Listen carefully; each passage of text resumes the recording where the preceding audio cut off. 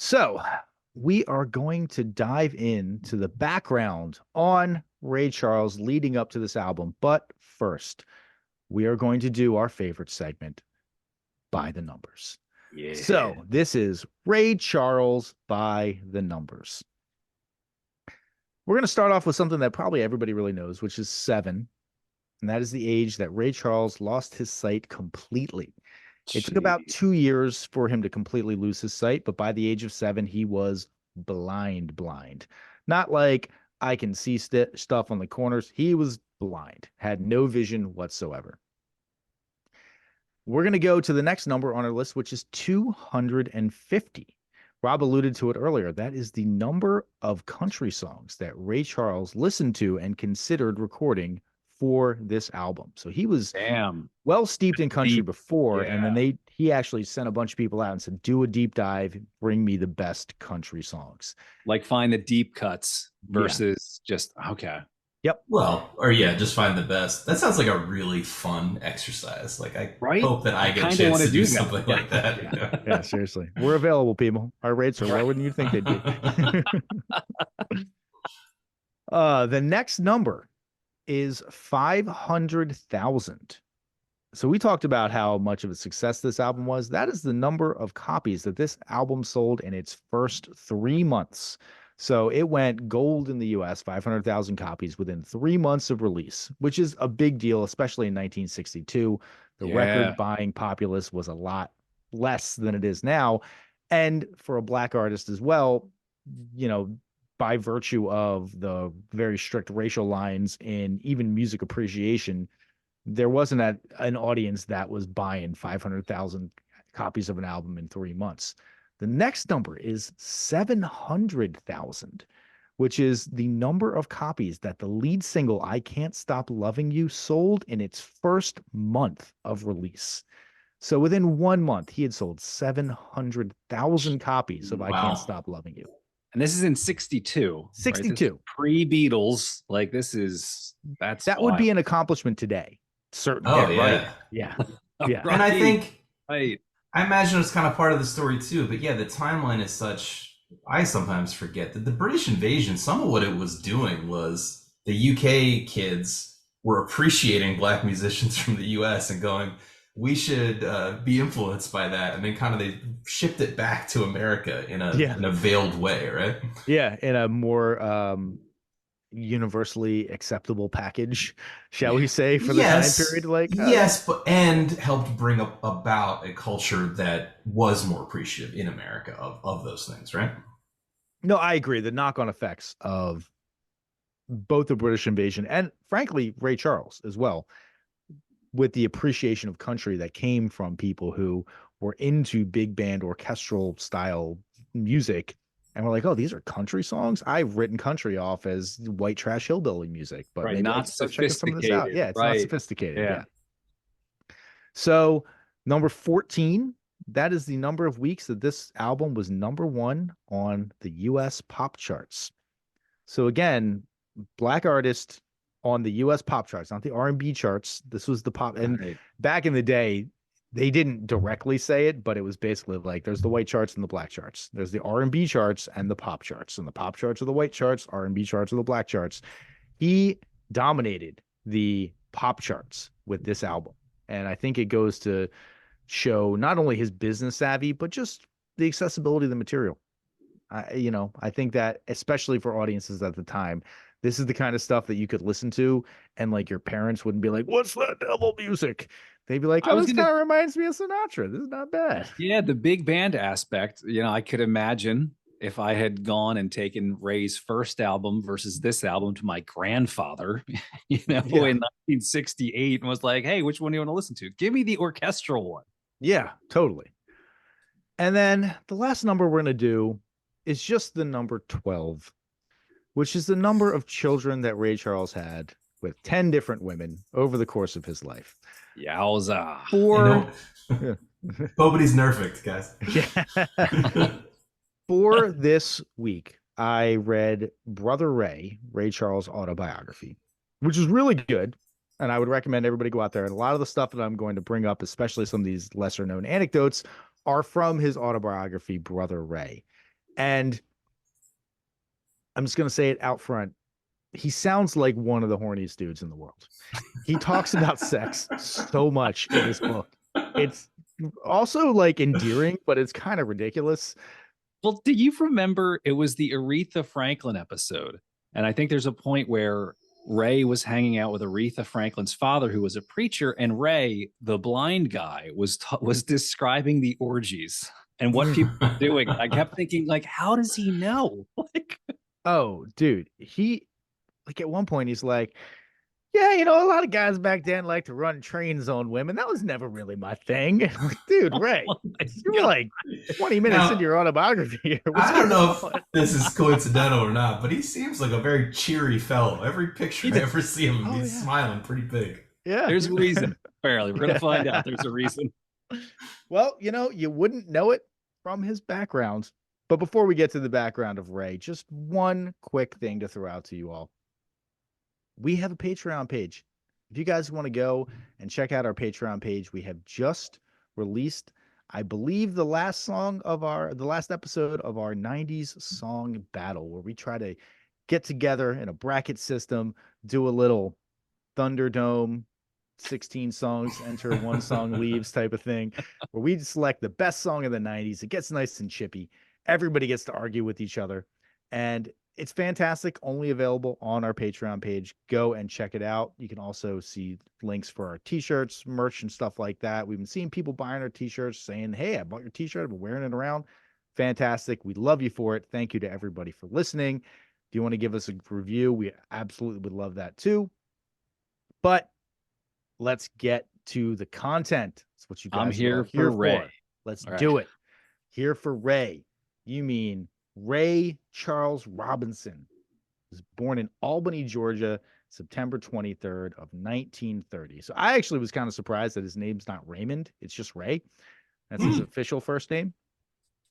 He was born to his mother, Aretha, when she was just 17 years old. And the circumstances were a little bit scandalous. So his mother, Aretha, when she was like 15 years old, her mother dies.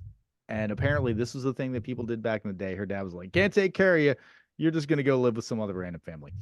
And so he gives his daughter away to Bailey and Mary Jane Robinson of Greenville, Florida. So she moves from Albany, Georgia to Greenville, Florida. She's like 15 years old, moves in with this married couple, Bailey and Mary Jane. And within 2 years, Bailey has impregnated Aretha. And yeah, God. not great. Yeah. But, they're trying to hide the shame. So she goes back to Albany, Georgia to give birth to Ray, and then immediately moves back in with the Robinsons because Mary Jane Robinson was surprisingly cool with it. And like, not in a weird way. I think she was just like, listen, my husband, I know who he is. He's never around. In fact, very shortly after Ray is born, he moves to another town and marries another woman. And then would occasionally come back to mess around with Ray's mom, but was sort of just like, he was literally a steel driving man. He like hammered steel on the railroad tracks around there. Wow. Yeah. When you work driving steel, you got to ramble. Yeah, exactly. But Mary Jane and Aretha basically tag team raising Ray. And he's always said he had two moms, and Mary Jane loved him as if he was her own son. And wait, the woman whose husband cheated to make Ray is now helping raise Ray with the woman who, wow. Yes. And with no friction, apparently. And she's super cool with it. So she's sort of a step grandmother, though, because the mom is also very young, right? The mom is also very young, but Mary Jane's not that much older. It's not like she's 40 or anything like that. I think she's in her like mid-20s or late 20s or something. Fair enough. Like that. But Mary Jane had also had a son that died earlier, and they couldn't have more kids. So she sort of was like, I'm going to view this as a blessing. By all accounts, sounds like a very lovely woman. And another part, again, is, Bailey, the guy who was precipitated all this, just was out of the picture. So there was a lot less. There's not a person to fight over or anything like that. You just got this kid. Right. And they are, I'm going to shock you here, super poor. We're talking No. like, single room shack, no running water, poor. Right. They live in Greenville, Florida, which they all called Greensville, apparently, but it's Greenville, Florida. But to give you an idea, Greenville, Florida today has a population in like the 700s. So imagine My 1930s God. Greenville, Florida. Oof. It's got to 70. be Right. nothing. There's going to be Right. nothing there. Wow. So, they're really, really poor to the point where Ray, for most of his life, sleeps in the same bed with his mom. They just have one bed. And then also talked about how every once in a while Bailey would come back and like have sex with his mom while he was Oh, there while in he's the in the room, bed. basically Right. pretending to Right. be asleep because Oh, what else are you going to do? You live in a one room shack. There's not any privacy. And he didn't say this in a weird way. He's just like, that's just the reality of life. and You're there's living in a gators one room shack. outside. Yeah, So you can't exactly. go hang out outside. My God. Yeah. So, despite being poor, his mother, Aretha, is very proud, very hardworking, very industrious. She has a mantra, which is don't beg, don't steal. She did not drink or dance or swear. She never smoked. She's always active. And I'm not going to check my notes further because I'm sure that this is going to just mean that she lives a long and productive and healthy life. We're gonna Just leave it so there. All right. yeah, we're just gonna leave it there. Yeah. So Ray is a very happy kid. Basically describes his childhood as idyllic. They're super poor, but he doesn't know that. He's running outside.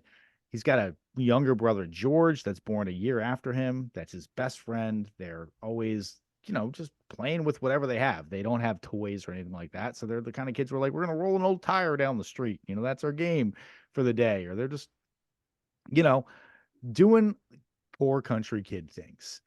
And he also is at this time saying that he is hearing music in his head and has since his first memories. He's always heard music in his head. It's been a part of him, despite the fact that none of his relatives have any musical ability and none of them were like, you should learn music. He actively was like, I hear music. I want to find music, and was obsessed with this guy, Wiley Pittman. He called him Mr. Pitt, who owned the local cafe and general store, kind of all wrapped into one. And there was a piano there, and Mr. Pittman was like a piano player, and he played kind of boogie woogie piano, and gave Ray some rudimentary lessons. He said basically just let him sit on his lap and kind of bang away on the keys, and he'd be like, "Well, hit these two keys together. Oh, I see how that sounds different." And so the fundamentals of not sounding like a crazy toddler on a piano were being taught to him early in life. And so, he is kind of universally beloved in this town, which even though it is Florida in the 30s and it's super segregated, he said never any racial animus or anything like that. There was certain rules of places that you could go and wouldn't go. I'm sorry, places that you could go and wouldn't go, but he was never getting chased away by the white folks or anything like that. It was all a pretty harmonious town. And he and his brother are pretty inseparable. And I'm pretty sure where this very tragic story is going. The same thing that happened to his mom. We can just assume everything worked out fine, right? Well, we're actually at the point in the story already, but that's not going to work out because when Ray is 5 years old, again, they are poor. They don't have toys. And so they just play with whatever is available. And his mom had a big wash tub outside. They'd played in it a bunch, never any issues. His 4-year-old brother climbs in the wash tub and he thinks he's just kind of splashing and having a good time. And eventually he realizes that his brother is drowning in the wash tub. Brother's 4 and he's 5. And so Ray, at the age of 5, literally is like trying to pull his brother out of the wash tub, but he's just not strong enough to do it. And his brother drowns and dies right in front of him at the age of 5. His best friend in the world drowns and dies. And it was pretty fucked up. Yeah. And cry just thinking about that. That's insane. Yeah. And just the fact that directly in front of you, you were like, and you tried to help. You couldn't do anything about it. It's pretty. Oh my God. I have a very visceral memory of the Jamie Foxx movie of that sequence where I remember tearing up, I think. You know, I Yeah. actually didn't. Have not seen that movie. I should probably watch it, but I went for the autobiography. I figured that might be sensationalized. Sure, it Yeah, probably was, but that probably was. that scene in particular sticks out to me. Yeah, I mean that sounds pretty sensational already. So Yeah. but he doesn't have long to feel bad about his brother dying in front of him because basically very shortly thereafter he starts going blind. He would wake up in the morning with like thick mucus in his eyes that Hmm. often would have his eyes sealed shut. His mom would have to take a wet rag and wash the mucus off so that he could see. And this progressively starts to get worse. And then things at a distance start looking blurry. And then things in the middle distance start looking blurry. And then things close start looking blurry. And then all he can really see is kind of colors. And then all he can see is light and dark. And by the time he's 7, he has lost all sight completely. Retroactively, do they know what it was? So Like macular interestingly, degeneration or something? Or like, no, they think that it was a very aggressive form of glaucoma. He's never wow. been officially diagnosed with it because by the time he had any money, he's been blind for 20 years at this point. Right. There's no evidence And what are we further. gonna do? Right. Right. Yeah. But they think that it is probably glaucoma. His mom did take him to the one doctor in town that would see black patients, and he's like, I got nothing. I don't know what to tell you. I'm not an eye doctor, but Takes yeah. him to Tallahassee. The guy in Tallahassee is like, yeah, we can't really do anything. His mom is basically like, he's 7 years old. He's blind. Now, what am I going to do with a blind kid? The one thing that she does not do is treat him any differently than any other kid. He said she was like, you still have to do your chores. You're still getting out of the house and going and playing with the other kids. I'm not going to let you sit around and feel sorry for yourself. Get to fucking work because this is your life. You have one choice. You have to live it. Don't Hell beg. yeah. Don't steal. You're going to be like every other kid. And he says that that really left an impression on him. And that kind of set the template for the rest of his life. Where he's like, Yeah. I'm blind. What am I going to do about it? Give up? Or I can start Right. doing shit. And yeah, I give a lot of credit to his mom because she's at this time, she's like 24, Jeez. has a kid who died and a kid who's blind. She's dirt poor, no resources whatsoever. And she doesn't choose defeat and chooses no, like you're going to do something. You're going to make something of yourself. You're not going to lie around. And she eventually does some research and finds out about a state school in St. Augustine, Florida, about 150 miles away from Greensville, that has a school for the blind that will accept a black kid. And because even for blind kids, everything is super segregated, of course. And so at 7 years old, she's like, you have to go and live at this school. And that's the only way that you're going to be able to figure out and have people teach you how that you can navigate your way through life as a blind kid. I can't do it for you. I have no experience. I honestly don't have the resources to do this. So 7 years old, his brother dies, then he goes blind, and then his mom's like, you got to move away at 7. He goes and moves to this school in St. Augustine for the blind and deaf. There's blind kids and deaf kids there. And I kind of wondered like what the hierarchy was. Like, are the blind kids higher than the deaf kids or lower than the deaf kids? Like, Oh, that's really interesting. Because I feel like at least okay, buckle up for being offensive. I feel like if you're blind, you can still speak, and that is right the easier method of communication for even a young child. So, Yeah. or being deaf and mute, I feel like that would be very challenging. Yeah, totally. So, if you are blind and you're speaking and talking shit, though, those deaf kids can just slap you and you don't see it coming at all. There's no preparation for that. Anyway, this is probably a very dangerous path to start Yes. going down. Let's come back to the So he goes to the school. School's blind and deaf, and it takes a little bit of time, but he actually becomes kind of popular in the school. And one of the reasons he becomes popular is because he is just, number one, a magnetic personality, but number two, he just figures shit out. He gets stuff done. He learns sign language on his own so that he can communicate with the deaf kids, where they would sign into the palm of his hand so that he could understand what they were saying, and then he would talk back to them and they could read his lips. And it's like the amount of chutzpah that you have to have is like an 8-year-old, 9-year-old to be like, no, just teach me sign language in my hand so that we can communicate. that just goes to show that like that's his personality. He was like, there can't be a group of people in this school that I can't communicate with. I can't have that happen. I Right. have to Wow. figure this out. Yeah, super smart dude and like very charismatic personality.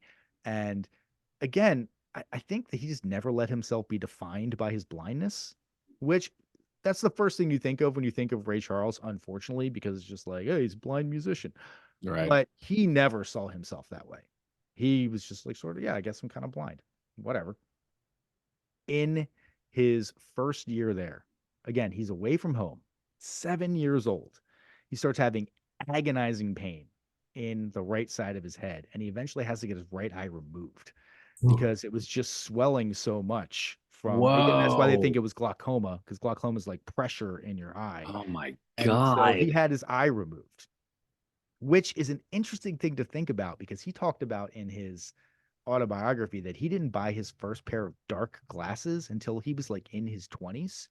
And so he was walking around as like one blind eye and one removed eye for a while. Ooh. And then he got a pair of dark glasses and was like, this is probably better. This probably works a little Yeah. better. They didn't have eye patches in Florida. Reserved only for the Pirates round. So again, like just think about the fucking trauma. You're like, all right, brother dies, go blind, have to move away, and then they cut my eye out. Indomitable spirit. He's still like, yeah, they got a piano here though. And so I get to learn music. Super stoked about it. And he dives into learning music. Now, he had grown up listening to like people in the area play these kind of down and dirty blues and like boogie woogie style. And they were like, you're going to learn Chopin. You're going to learn Beethoven. You're going to learn Bach. We're going to teach you really high level music theory using a system of reading, which was Braille music reading, where you have to like have one hand on the page.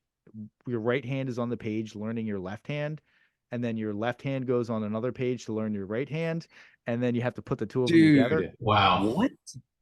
It's That really is complicated. nuts. Yeah. I did not know there was a Braille version of sheet music. There's a Braille version of sheet music, and it is hand specific. So you learn your right hand, and then you learn your left hand. That I mean, part that makes makes sense. Yeah. sense, but like you never think about it. Yeah.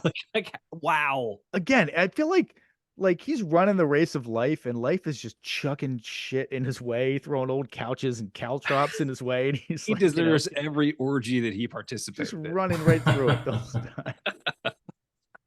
So one of the things that happens at the school too is the school has a radio. He could never have a radio growing up, and he's too poor to afford it. School has a radio, and it is controlled by the older kids, but he also talks about this back in the day. There was two kinds of music. There was the kind of music that you heard played in the South, and then there was the music on the radio. And there were two very different kinds of music. The Southern music was this more kind of it's bluesy style. It's more countrified. And he said he listened to a lot of honky tonk music and country music and blues music and boogie.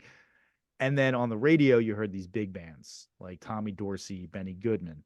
Apparently, his main love was Artie Shaw. Loved Artie Shaw, and actually gets and learns how to play a clarinet because he likes Artie Shaw so much. And he's like 11 years old. He's like, yeah, this is a clarinet. So I just What learned the how to play the hell, clarinet. man?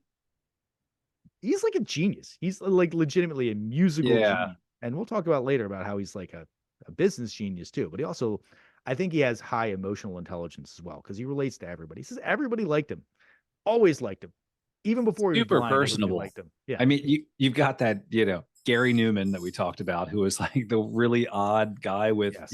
autism, super awkward, didn't want to talk to people. And you've got Ray Charles, who in every interview, you feel like he's your cool uncle. And you're like, oh Yeah. my God, I love you. And you're not even talking to me, talking to an Yeah. interview. Like, So he ends up learning a whole bunch of instruments. But I found this to be interesting. He said he had one mantra in life, which was no dog, no cane, no guitar. I was like, yeah, that's right. Fuck that guitar. So he never really learned how to play the guitar, but he learned how to play a bunch of other stuff. And again, he is an incredible horn dog. He talks about it so much in his autobiography that this might not be appropriate to talk about on an episode, but I got to tell you, it kind of blew my mind where he was like, the hardest thing as a blind kid is jerking off because you never know if somebody's watching you or not. And it's like, oh my God, that's so weird and creepy and really And accurate and true. true. Right? Yeah.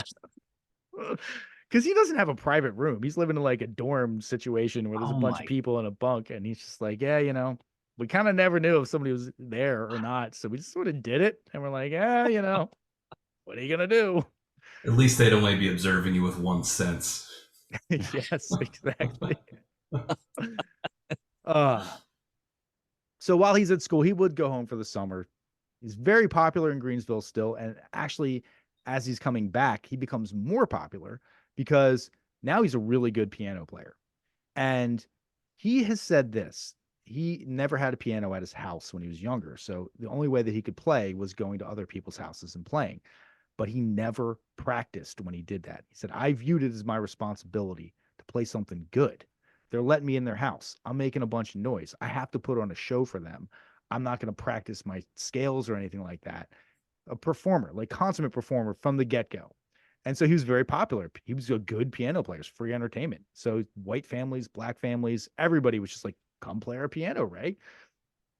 Again, I think there's something to that approach. We don't maybe talk about it too much here, but there's such a distinction between practice and performance. So if you're constantly in stage time mode, that's going to affect how you develop as a player, right? It's going to be, I think, make you a much more intuitive player, able to not only improvise, but kind of adapt to various situations very quickly. yeah, Being I able to talk agree. to an audience from 11 years old, sitting down at somebody's piano and playing your song and looking around the room, and you're, like you said, gauging interest and engaging with an audience. If it starts that early, this is all making sense Yeah. to the superstar that he becomes. Yeah. It's like one of those things where there was like, oh, this guy's a natural. Like he's a natural because he's done it a lot. Yeah. Nobody just sits down and is like, Right. the first time Yeah. I'm just this really dynamic and entertaining and charismatic band leader. It's like, no, you work on that. You're going to be not great at first. So he's at school. He's actually really liking it. Again, really happy kid. And he's been there for 8 years at this point. So he's 15 years old. It's May 1945, and he gets the call that his mother died suddenly in her sleep. She was either 31 or 32 because she did not know her actual age. Ugh. And he said in his autobiography, they always just listed everything as a heart attack. They would say, they just died of a heart attack. And the explanation that the doctor gave was that she ate something that swelled her stomach in her sleep and stopped her heart. But that does not sound very scientific. I don't know what she died of, but it was very sudden. It was out of nowhere. And it wow. crushed Ray. He was like, it said it was worse than when his brother died, because at least he was there when his brother died. He felt like he hadn't seen his mom since the last summer. It's May. So he's been gone from her for a while. She was so important in his life. And he kind of falls apart a bit. And he snaps back out of it within like a week or two, basically, before even her funeral. He kind of snaps out of it. But he does realize he's not going back to school. And his thinking is like, I'm all alone in the world now, even though Mary Jane was totally down to continue to help raise him, to raise him. He was like, I'm 15 years old. I'm a man, grown man. I got to strike out on my own. And to hear him tell it, he's like, I could have been an electrician, but I had no training in electricity. I probably could have been a mechanic. I had no training in mechanics. I was interested in it, but I had no training. The only thing I had training in was music. So I either get a cup and a cane and I find a street corner to beg on, or I try to become a professional musician. He said, Mama always said, no begging. So what do I got to do? I got to make it as a professional musician. He gets connected with a couple in Jacksonville through Mary Jane. She knows the Thompsons in Jacksonville. Ray moves in with them. Apparently, very much like Mary Jane, they're lovely people, treat him like their own son, provide food for him, do everything they can to help him. I feel like he would be an amazing house guest too, especially if you had instruments. Like, there's always amazing music. He sounds like a very personable guy, Until he starts jerking off. Yeah, right. Oh man. So rather conveniently, they happen to live just kind of around the corner from the local musicians union hall. And so he starts going into the musicians union hall because that's where there's a piano available. and he's like a fixture there, basically. And he goes in there, and when the piano is available, he starts playing it. If it's not available, he just listens to the other people playing it. And then very shortly thereafter, it starts to become available a whole lot more. And he's kind of curious about it. And then he finds out that the other musicians are like, we're not going to play in front of you because you effortlessly copy our style and our licks. And there is fierce competition for these gigs. And we're not helping you level up to sound better than me because you just picked up 5 guys' styles in like a week. And now you sound better than us. So he would go in there and nobody would want to play the piano around him. It's like, fuck it, I'll play it. Like, that's great. Let's play more piano. That's awesome. Yeah. Do you think, this may be really ignorant to ask, but do you think that being blind in some sense might help you be a better musician? I mean, on the one hand, it seems like an insane hindrance to doing anything in this world, of course, right? It's unthinkable. However, I wonder if it forces you to not intellectualize what's going on and instead hear everything. Do you get what I'm saying at all? You think there might be any element to that? Yeah. I mean, in the universe where you don't have sight, your focus, your brain's attention is going to be so much more on what you're hearing. Right. And it's going to be your primary way of communicating with the world and like interacting with the world. So I can't say scientifically, but the theories make sense to me. And you're still gonna have to navigate the keyboard by touch and like know by how your hand feels how many keys you've moved and things like that. But but I don't know. It certainly creates a different kind of musician, it seems. Yeah. So he is trying to get gigs, and again, very fiercely competitive area at the time for music. And actually, one of the reasons that I had never thought of, the Army and the Navy had huge bands that would be playing music all the time, and the war just ended. And so all these guys that were playing professionally for the Army are now looking for work. And so it's like there's a lot of really top-notch musicians out there that have Scene is flooded. Yeah. Right. And so he would go and say, listen, he'd go to these band leaders and say, if you don't like my playing, you don't have to pay me. Just give me a shot tonight. If you don't like my playing, you don't have to pay me. And he said he got paid every time because he was actually that good. He was a really good piano player and could fit in well with a band. So he gets some gigs in Jacksonville, but after a year of living in Jacksonville, he gets a little restless and he decides it's time to move on. So he's been in Jacksonville for 1 year. He's 16 years old. He moves to Orlando. Doesn't really know anybody in Orlando. The musical capital of Florida, right? Of course, yes. Musical and cultural capital of Florida, yes. He says that this is actually the hardest period of his professional life and the time where he actually literally thought that he might starve to death at various points. Jeez. He said that he was so poor that he and a couple of other guys would chip in on a 6-cent bag of beans to cook up for dinner. Like, you have to find a couple of other guys to get 6 cents together so that you can get beans for dinner. Jeez. That's pretty damn rough. And again, competition is very fierce for gigs in the area. It takes a while. He eventually lands a gig playing for this band leader, Joe Anderson. And Joe actually realizes, hey, Ray, you know how to arrange. We've never had anybody who can do original arrangements.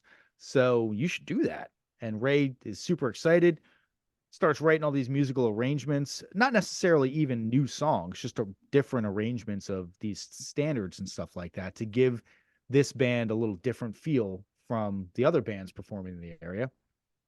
And it's actually pretty successful. And they get, relatively well known. They're playing good gigs. And Ray completely forgets to ask for any extra money for this whatsoever and is still getting paid the exact same that he was when he was just playing the piano. But it does get him a good reputation. And when Lucky Millinder comes to town, he ends up auditioning for him. And this was a big moment in his life. He's super excited because Lucky is like one of the biggest big band leaders at the time. The singer in his band at the time is actually Sister Rosetta Tharpe, who's literally credited with creating rock and roll music. Yeah, that guitar player, right? Yeah. So he's super excited.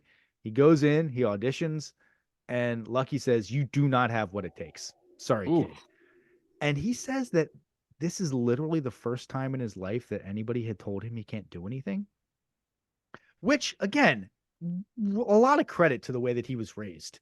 His parents weren't like, you're blind, you can't do this. You're blind, you can't do that. He's like, no, you can do anything you want to. As long as you work hard, you can do anything you want to. And then he said that this kind of crushed him because he'd never heard that before and he felt pretty low. And so he'd been in Orlando for a year at this point. Ray gets restless.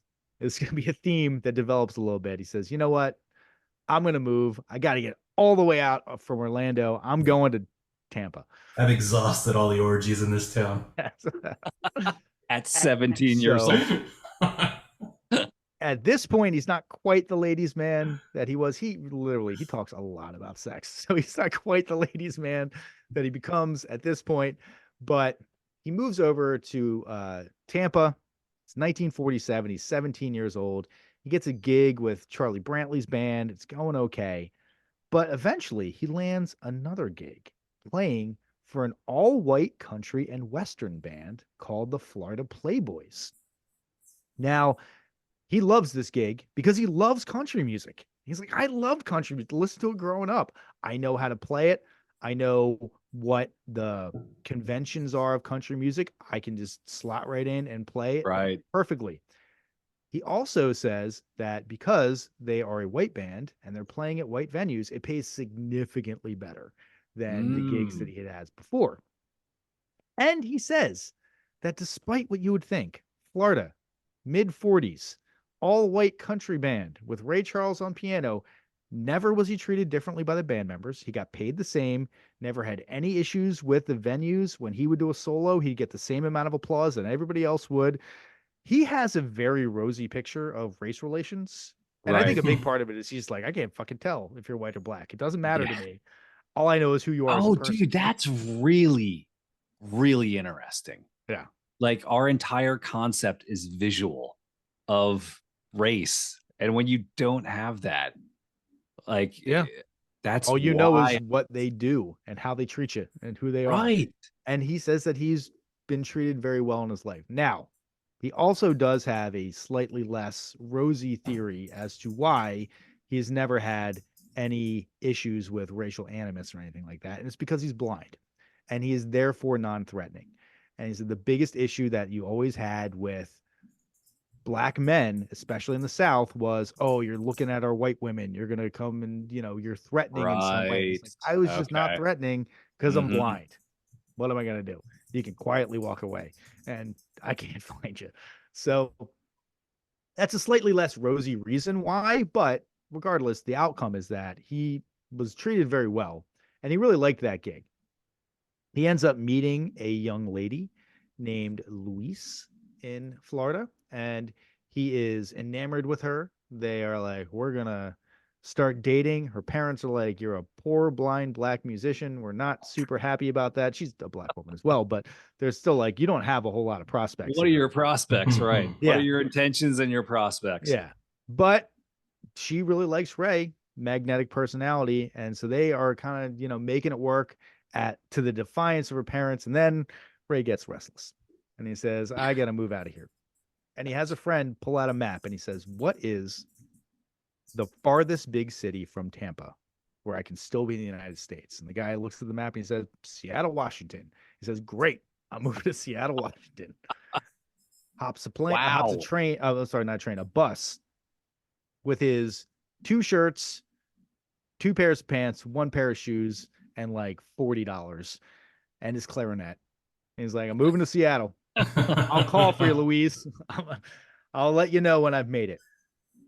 And listen to this shit. This is like one of those, I can see why he feels like he's blessed in life. He gets off the bus in Seattle and he's like, where is the closest hotel that I can stay at? And somebody points him to the hotel. He gets to the hotel. He's like, hey, I just got into town. He sleeps for a whole day, wakes up. It's like the middle of the night. And he's like, I'm hungry. Where can I get food? And she's like, the receptionist is like, the only place that's open right now is this nightclub called the Rocker Room.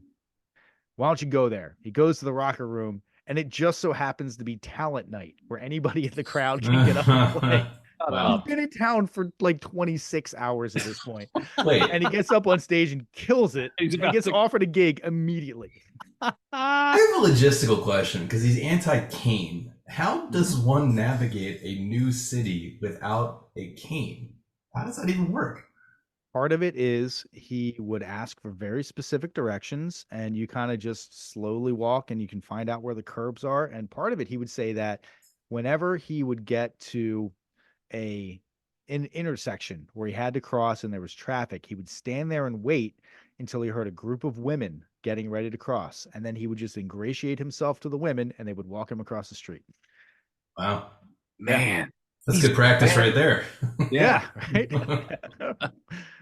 So again, kind of remarkably lucky. It's March 1948. He gets this gig right away.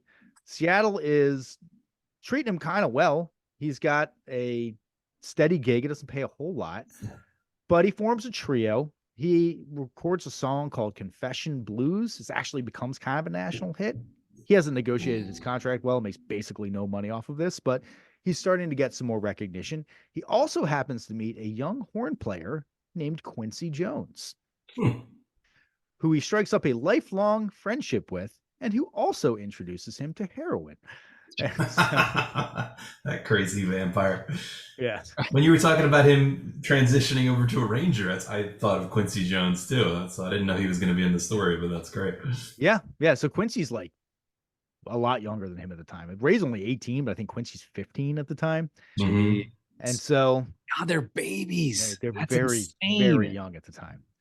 Because Now- I thought I remember that some of Quincy's story was that he was trying to be a horn player, and like Dizzy Gillespie was like, "You're not good enough to be a horn player. You should switch careers." And he switched to being an arranger, and that was lucrative. Yeah, I'd say it was lucrative. It might have worked out for him.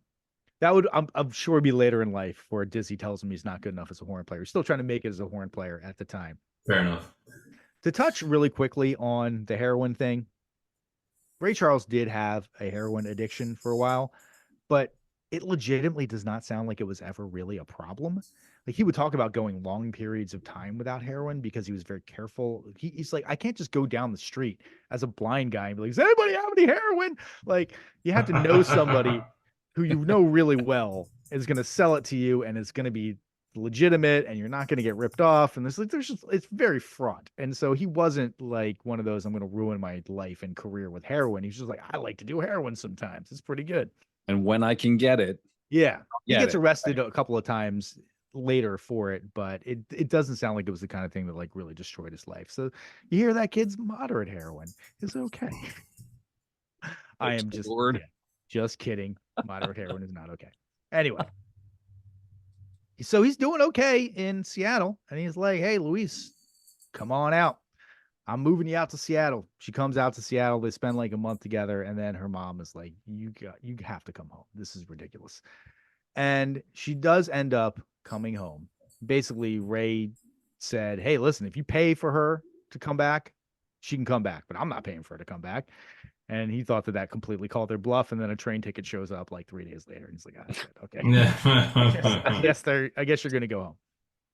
She goes home, unbeknownst to Ray and to Luis, she is pregnant with his first child at the time. And she tries to get in touch with Ray, but Ray got restless and Ray moved to LA. And Nice. just no way to get a hold of him at all. And he's like, she remarried and I have kind of a relationship with my daughter. She's a lovely woman. I'm still friends with her mom. He sounds like he had a lot of kids, but he wasn't like a bad dad or anything like that. I Right, think right. monetarily supportive at least, but not By for the this way, first one I'm because he didn't know about it for a while.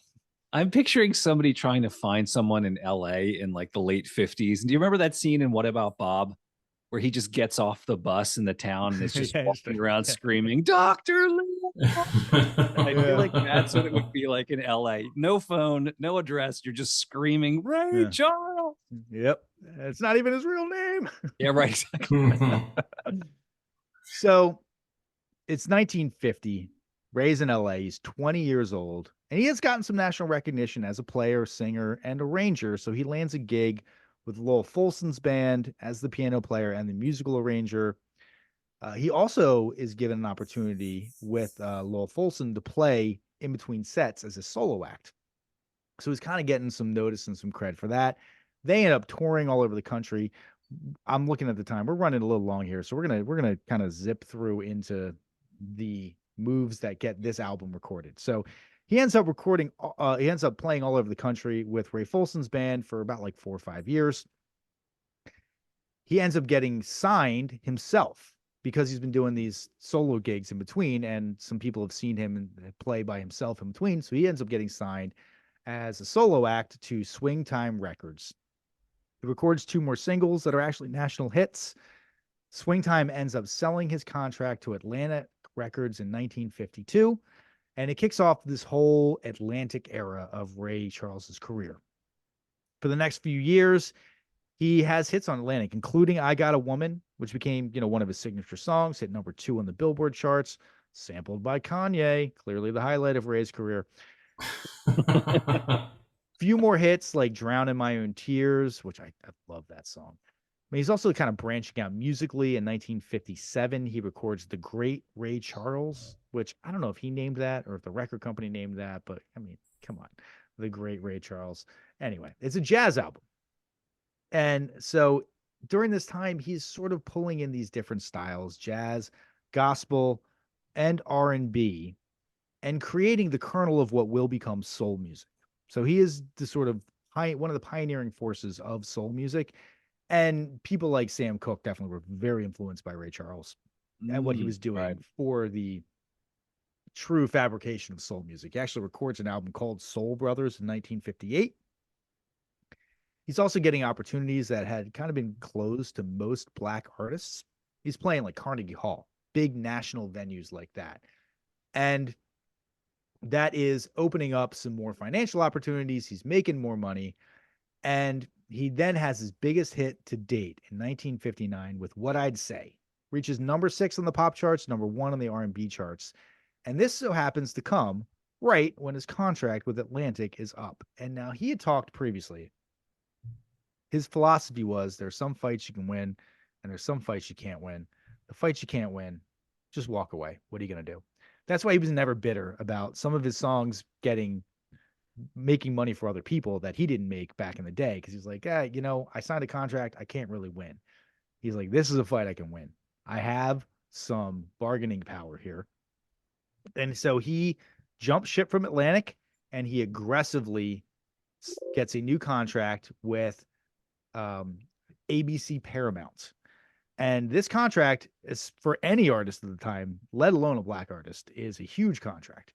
It guarantees him the equivalent of $500,000 a year in an advance every year. So he's already making $500,000 a year in advance, no matter what. Increases his royalty percentage, gives him complete creative freedom, and gives him the ownership of his master tapes after a period of time. So he will own the rights to all of these songs. It's like an expiring thing. They own the rights for, I think, like 6 or 7 or maybe 10 years. And then he gets all the rights to it back to it afterwards. It's a great contract. And what year is this that he signs this one? This is like 1959. $500,000. So my parents' house in 1970 was like $18,000. And so you're saying like he didn't get $500,000. He got the equivalent of $500,000. Oh, okay. Yes. It was like $25,000 or something. He's a trillionaire. No. He wasn't getting getting a straight up $500,000. But okay. I mean, he was when he started selling records, though, because talk about a smart move by ABC Paramount. That's 1959. 1960. He records the Hoagy Carmichael song, Georgia on My Mind. Oh, becomes a huge hit. Another mention of Hoagy Carmichael. Where's Phil? He really enjoys that one. Hoagy Carmichael. I was delighted to learn that was a Hoagy Carmichael song. I didn't know that until this week. But so Georgia on My Mind, big hit. I think it earns him multiple Grammys, national recognition. So Paramount ABC is really happy, or ABC Paramount really happy because they just signed into this contract, and then boom, Georgia on My Mind comes out. Well, he takes a standard from the American Songbook and then records the definitive version of it to this day. Yes. That's impressive for anybody. It's the state song of Georgia. Right. But I mean, like, millions of people had recorded that song before him and will continue to record that song, and yet his is the definitive version, I feel. Absolutely. Yep. And then 1961, the next year, he records Hit the Road Jack. Another one of those just standard Ray Charles song. You think about it, it's a Ray Charles song, but it's not a Ray Charles song, but another huge hit. Oh, wow. And that leads up to 1962. So Ray Charles has been earning a lot more money. He's been getting a lot more royalties. He's been assembling a very large band for his touring. And he says, hey, you know what? I want to put this to good use. And he goes to the record label with the idea of a country and Western album. And they're like, are you fucking kidding me? No, why? You just had this great formula of hits going. Why would you do this? And he basically says, hey, you said complete creative freedom. I want complete creative freedom. And part of what he was doing was sort of testing how complete that creative freedom was. He also wanted to make the album, but part of it was sort of like, I'm going to really push him on and the see. spot here. I feel like one day we need to do a little counterpoint of times when artists demanded complete creative freedom and then fell flat on their face. Because as we seem to tell it always works out for the best, right? Yeah. I'd love to believe that, but I assume there's a counterfactual. Well, what was the Mr. Roboto album? I gotta imagine that was the Styx, yeah. Styx, yeah.